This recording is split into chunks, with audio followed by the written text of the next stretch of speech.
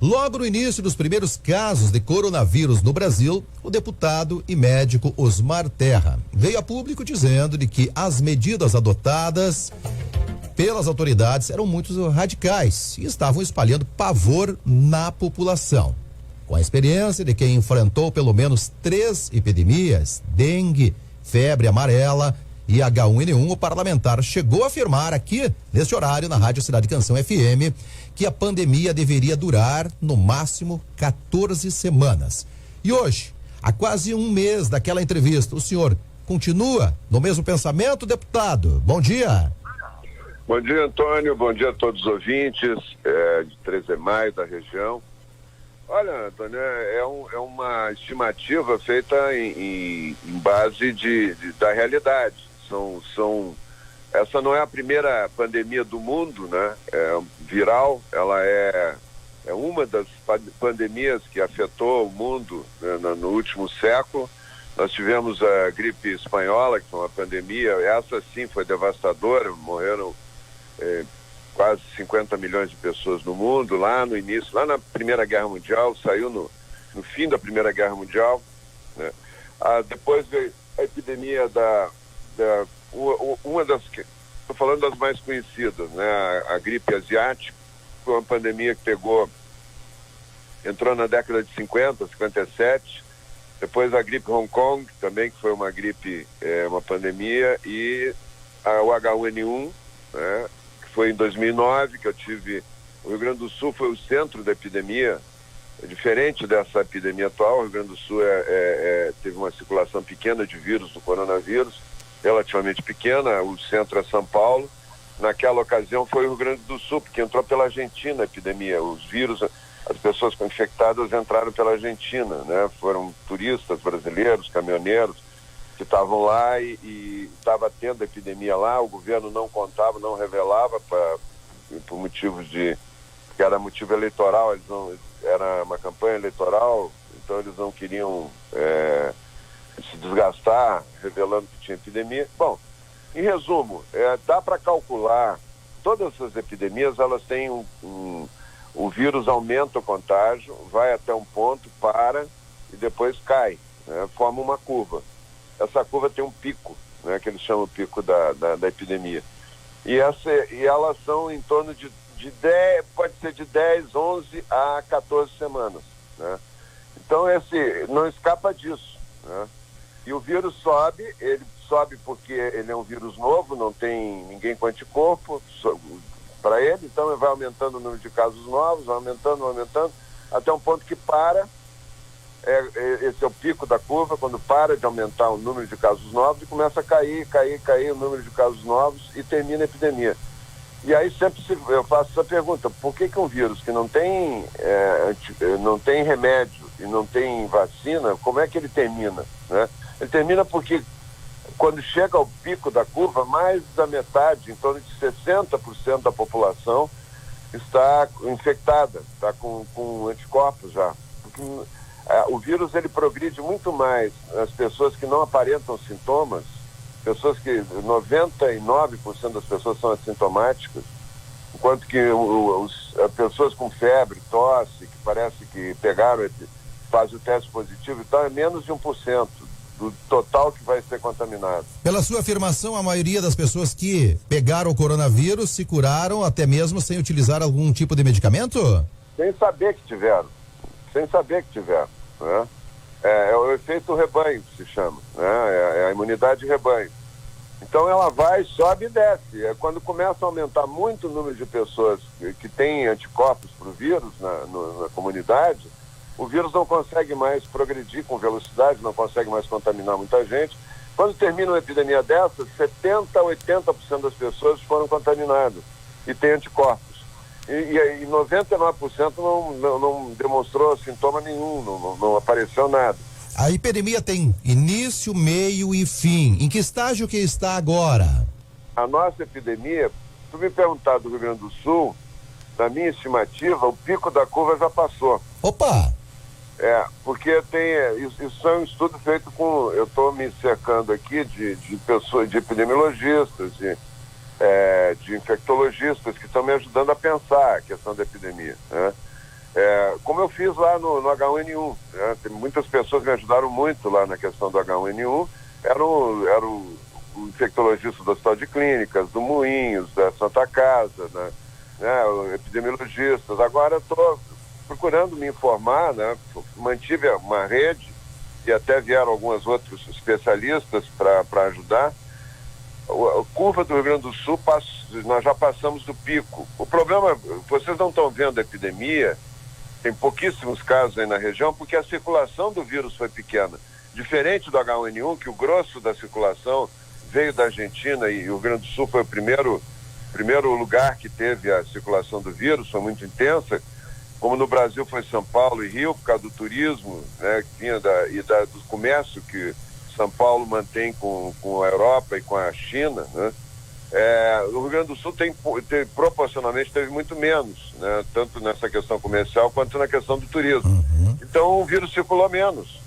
A epidemia aqui vai ser pequena, vai ser branda. 420 municípios do Rio Grande do Sul não tem nenhum caso. Eu estava falando com o prefeito Frederico Westphal, ele estava lamentando que ele criou um pronto-socorro só para o coronavírus, criou tipo um hospital de campanha só para atender coronavírus. Estão há 30 dias lá, não tem um caso em Frederico Westphal. Lamentando por um lado e comemorando por outro, né, deputado? Agora, me permita, uma pandemia, como eu falei, né, tem início, meio e fim, mas agora com as baixas temperaturas que vão surgir, o inverno chegando por aí, pode ou não se agravar essa situação? Olha, a nossa sorte poderia se agravar, poderia. A temperatura é importante. E, inclusive, a epidemia no Brasil não vai ser grave como foram as epidemias na Europa, embora vai ter vítimas, né? E cada vítima é uma tragédia, né? Não tem a vida, não tem preço, né? Mas as epidemias causam esse dano, infelizmente, né?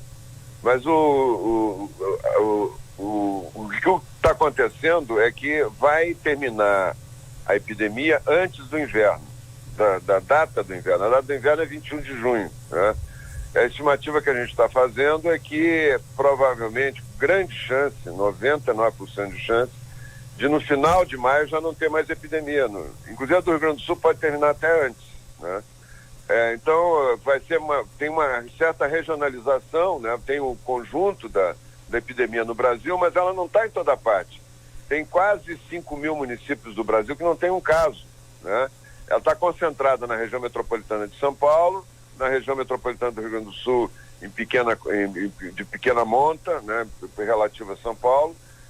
O Rio de Janeiro também, a região metropolitana de Fortaleza, não é Recife, não é. Por que Fortaleza? Fortaleza tem três voos semanais para Milão, na Itália, que foi o epicentro da epidemia lá na Itália. E que foi epicentro porque tem um forte comércio com Wuhan, a cidade que foi mais afetada na China. Eles são polos de confecção e de moda, né? Então eles têm muita empresa chinesa em Milão, 20 mil funcionários chineses naquela região. Então eles acabaram levando o vírus sem querer, porque o vírus ele circula até muito antes da gente descobrir que tem epidemia, né? Deputado, outra situação, o Ministério da Saúde, pelo menos as pessoas de lá, os profissionais e até mesmo a OMS, tem um pensamento diferente do seu. Agora é uma opinião, né? Porque claro. É baseada. Qual é a origem desse pensamento numa parte do Ministério da Saúde e da OMS? É um estudo que foi feito bem no início da epidemia pelo Imperial College em Londres, que previa que ia ser uma catástrofe essa epidemia, ia ser um apocalipse, ia ser pior que a febre amarela, a gripe espanhola, e morrer milhões de pessoas. Eles fizeram um estudo se basearam em premissas erradas, que a própria Universidade de Oxford depois corrigiu. A Sidney Gupta, que é a maior epidemiologista inglesa, disse que estava errada aquela conta deles, né? Mas eles fizeram bem no início, então eles erraram, eles não esperaram, por exemplo, completar a curva de Wuhan. Wuhan fez a curva de 13 semanas, né?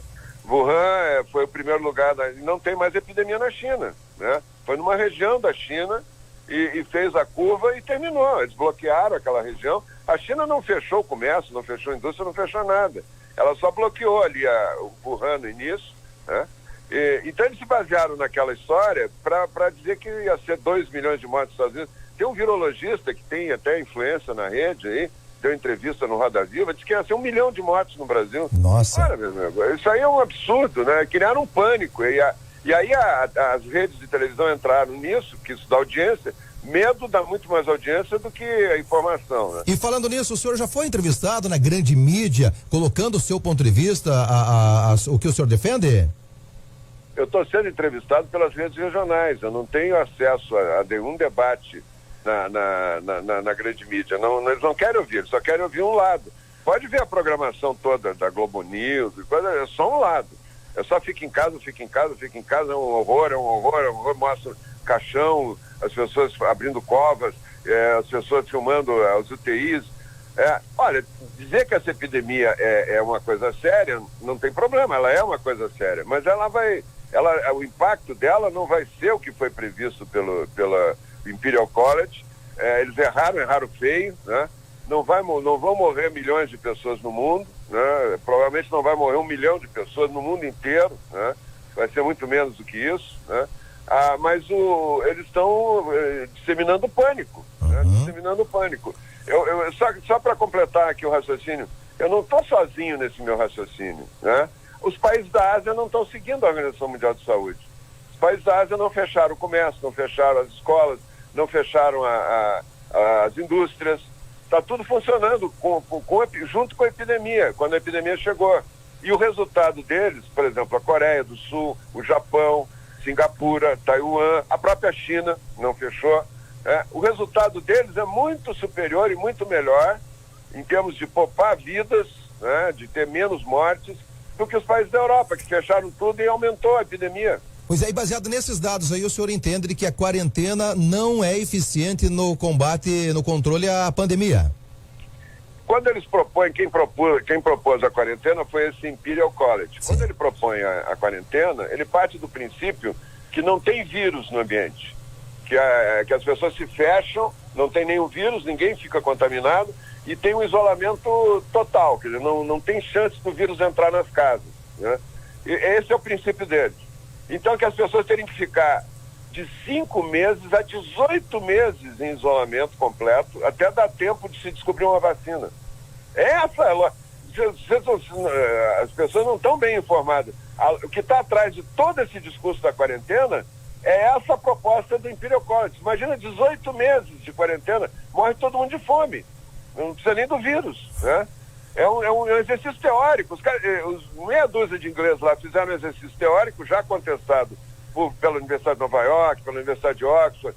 Fizeram um exercício teórico, influenciaram, assustaram os dirigentes políticos da Europa, que aí ficaram com medo de não fazer as coisas, não tomar medidas de quarentena e piorar, e acontecer o que eles estavam prevendo. E aí começaram a tomar uma série de medidas radicais, né? E o que aconteceu? Na Itália, quando fechou, a população foi toda fechada em casa, com exército na rua, não era um confinamento voluntário. As pessoas foram obrigadas a ir para casa, ficaram fechadas, todo mundo. O que acontece? Se todo mundo está fechado em casa, pela lógica da OMS, deveria diminuir o número de casos, né? Está todo mundo fechado em casa, ninguém pega o vírus na rua, numa loja, tal, vai acabar a epidemia. Que nada, triplicou o número de casos. Em 12 dias estava tendo 3 vezes mais novos casos por dia do que antes da quarentena. Por que isso? Qual é a explicação para isso? É que o vírus já está em toda parte. O vírus, os portadores assintomáticos, aquelas pessoas que não sentem nada, é que fazem a epidemia crescer, é que fazem aquela curva andar, chegar à metade, a mais da metade da população em poucas semanas, né, contaminada, que freia o avanço do vírus. São as pessoas assintomáticas. Estatisticamente, já tem mais, na maioria das famílias já tem uma pessoa assintomática que se fechar dentro de casa. Quantos por cento da população brasileira já se contaminou hoje, o senhor acredita? Hein? Quantos por cento da população brasileira já se contaminou hoje? Eu acho, o problema é o seguinte, nós temos que calcular sempre a população da zona da epidemia. Perfeito. Da região da epidemia. Como tu tem 5 mil municípios que não tem, nós temos quase 5 mil municípios no Brasil que não tem um vírus, que não tem um caso detectado do vírus, e está fechado, começa 30 dias, quebrando tudo, né? É o cúmulo do absurdo. 420 municípios no Rio Grande do Sul, com tudo fechado há um mês. E quebrando o comércio, quebrando a pequena economia local e tal, sem nenhum resultado. O problema econômico pode ser mais danoso que a pandemia? Claro, mas é óbvio, porque o problema, a questão chave é o seguinte: diminui o número de mortes fazer a quarentena, poupa vidas, diminui o número de vidas? Não tem. O Rio Grande do Sul já passou do pico. Todo esse negócio, toda essa quarentena é para não ter o pico, é para empurrar lá para junho, julho, agosto, sei lá. O ministro já explicou diferente umas 3 vezes, né, na televisão. É para empurrar o pico da curva, não chegar naquele pico. É achatar a curva, eles chamam achatamento da curva. Então é ter menos casos novos por dia para poder chegar espichar até ter os 60% da população contaminada e demorar mais uns 3, 4 meses. Eu quero te dizer o seguinte: esqueceram de combinar com o vírus. Que o vírus é uma força da natureza incontrolável, ninguém segura esse vírus. O que nós temos é que poupar naquele grupo que não vai ter o contágio, aquele 20% lá, que não vai ter 30% que não vai ter o contágio, está o nosso grupo de risco. Esse tem que ser protegido. Pois deputado, o vírus, né, ele age com mais violência exatamente nas pessoas idosas, com problemas de saúde, principalmente aí, respiratórios, diabetes, né, cardiovasculares. E essa preocupação, ela deve ser estendida também a algumas crianças e que tenham alguma patologia dessas ou não? Todo mundo que tiver alguma doença que pode reduzir a imunidade, que pode fragilizar quando contrai uma infecção, tem que estar no grupo de risco. Inclusive os deficientes mentais, as pessoas com deficiência física, mental. É um grupo de risco grande. Esse tem que ter quarentena, esse tem que estar protegido. Como é que a Coreia fez para manter esse grupo protegido? Ela testou, o Brasil está faltando teste. Ela testou todo mundo que tinha contato com esse grupo. As pessoas eram testadas e o grupo e com isso elas protegiam, elas não tinham o risco de uma pessoa portadora assintomática, pessoa que não sentia nada e tinha o vírus, está lidando com o idoso na casa, está lidando com uma pessoa deficiente. Os asilos têm que ter isso, toda parte tem que ter testar, tem que ter teste e não fechar o comércio, fechar tudo. Tem que saber onde é que estão as pessoas que têm risco de contaminar as outras. O resto da população, anos que não tem doença, não tem nada, ela está fora do grupo de risco. Criança que não tem outra doença, não tem uma criança. Deputado, vamos tentar aqui, cair um pouco a qualidade, de repente o local que o senhor está aí. O senhor estava dizendo, então, grupo de risco precisam ficar essas pessoas resguardadas.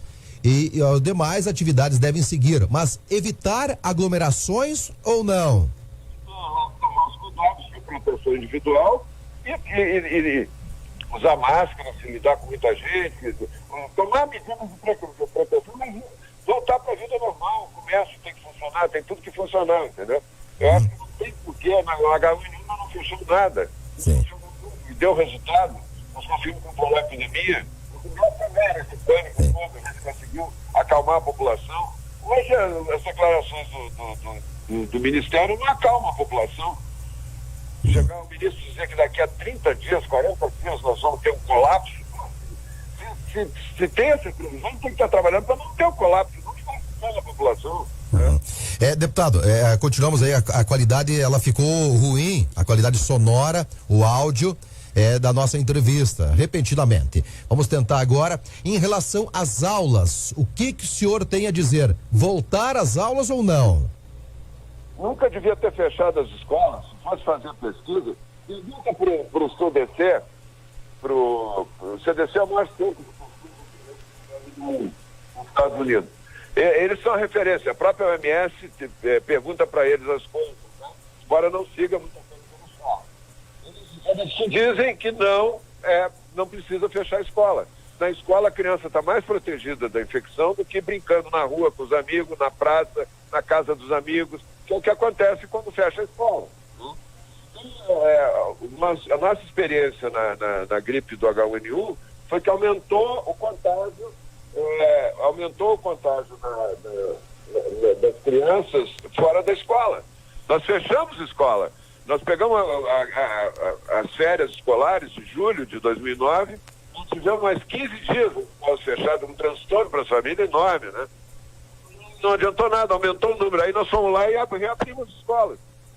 Vocês devem se lembrar, em 13 de maio aconteceu isso também, todo o estado aconteceu. E a dificuldade era convencer os prefeitos em reabrir as escolas. Sabe por quê? O prefeito não tinha os dados se estava aumentando ou não estava aumentando. Fechar a escola para ele era o gesto que ele tinha para a comunidade, dizer que ele estava preocupado com a comunidade. Quanto mais coisa tu fechar e mais tu mandar as pessoas ficar enfiadas em casa, isoladas em casa, parece mais para a população que você está preocupado com ela. Do que tu disser, não precisa fazer isso. E é uma falsa impressão? Não aumenta o número de casos, não diminui o número de casos. Para dizer isso, tu tem que estar muito baseado na ciência e não pegar carona no medo, no pavor que a população está. Deputado, e se o senhor estiver certo na sua linha de raciocínio, o que o senhor está defendendo, em quanto tempo termina esse vírus, ele para de circular com mais incidência no estado do Rio Grande do Sul e daí no restante do Brasil? Olha, nós temos aí no Rio Grande do Sul, todos os indicadores que nós temos é que o pico da epidemia já passou, não vai aumentar mais do que já teve o número de casos novos, vai ter casos novos, pode ter óbitos também, pode ter vítimas. Nessa época, no H1N1, nós tínhamos 10 vezes mais vítimas fatais, né, do que no período de epidemia, né? Então, o Rio Grande do Sul termina lá pelo dia 20 de maio, já não tem mais epidemia no Rio Grande do Sul. São Paulo já passou do pico também, essa é uma boa notícia, né? São Paulo já passou do pico, São Paulo também deve terminar ali pelo dia 20. No Brasil todo, eu acredito que nós vamos ter o fim da epidemia no final de maio, ou na primeira semana de junho, o que vai evitar que a gente entre o inverno com essa epidemia. Eu estou fazendo uma previsão baseada em evidências. Eu quero que quem é a favor da quarentena, que não esteja de acordo com a minha opinião, faça a sua previsão. Não tem previsão nenhuma, eu quero te dizer isso. O governador está com a posição de fechar aqui, fechar lá, ele não quer voltar atrás agora nas coisas que ele fez, então ele libera um pouquinho aqui, tá certo, ele tem que ir liberando, não tem como segurar isso, não tem como manter uma quarentena e um lockdown, um fechamento de empresas, quebrando tudo, que não tem nenhum resultado, não evitou o pico da curva, é isso que eu quero dizer.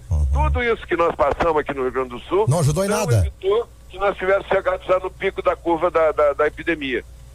O vírus não dá bola para isso, o vírus não dá bola para decreto, ele vai contaminar e nós temos que proteger o grupo de risco. Pois é, então para encerrar agora, deputado, quais os cuidados que as pessoas devem ter? Porque o vírus, ele existe, que nem o senhor falou, foram feitas medidas, mas esqueceram de combinar com o vírus, com o Covid-19. O que se deve tomar de cuidado?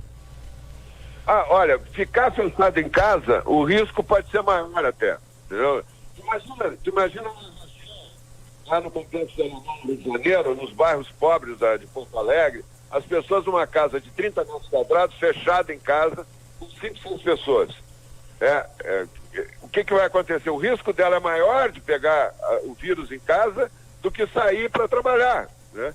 Então, essa população que está fora do grupo de risco tem que tomar as medidas de proteção individual.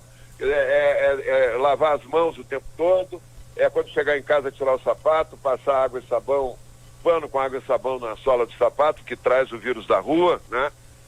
Ela tem que, onde tocar muito, a mão que transmite muito mais do que a saliva, né? É a mão do lugar onde caiu a gota de saliva, tu bota a mão ali, já pode pegar a epidemia, então, o vírus.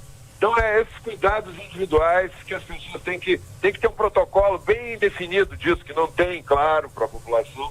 O governo tem que fazer, em vez de ficar fechando, tem que fazer o protocolo e deixar tudo funcionar e deixar a vida seguir. As pessoas, nesse momento da epidemia, podem estar mais seguras fora de casa do que dentro de casa, né? Do que fechar semanas um menino com um vírus assintomático, com o vovô, com a vovó, com o papai, com a mamãe, que vai contaminar todo mundo. Tá certo. Tem um programa especial de proteção, de testagem das pessoas do grupo de risco. É isso que tem que fazer, não tem que fazer muita coisa mais do que isso, mas isso é um trabalho, é muito mais cômodo ficar dizendo fica em casa, do que cuidar, testar, acompanhar as pessoas e orientar que as pessoas têm. O restaurante que não tomar as medidas de higienização, de passar álcool gel na mesa toda hora, de ter álcool gel na entrada, álcool gel na saída, até água e sabão resolve, ele tem que ser fechado. O que tiver as medidas, tomar as medidas, deve continuar aberto, deve se deixar aberto. A vida tem que continuar, nós vamos ter muito desemprego para nada, até porque o pico da curva já passou aqui no Rio Grande do Sul. Nós vamos sofrer desnecessariamente em função de um estudo feito lá em Londres que não está acontecendo nenhuma previsão que ele fez. Amém. Viu? Deputado, olha, quero lhe agradecer e torcer que o senhor esteja certo nas suas previsões aí, no que o senhor destacou para os ouvintes da Rádio Cidade de Cancel. Um grande abraço, obrigado por nos atender e tenha um bom dia, deputado. Antônio, eu volto a falar, eu faço previsões baseadas em toda a experiência, inclusive a experiência que eu tenho de epidemia. Eu quero ver quem é a favor da quarentena fazer alguma previsão. Convida alguém para falar quem é a favor da quarentena aí, pergunta para ele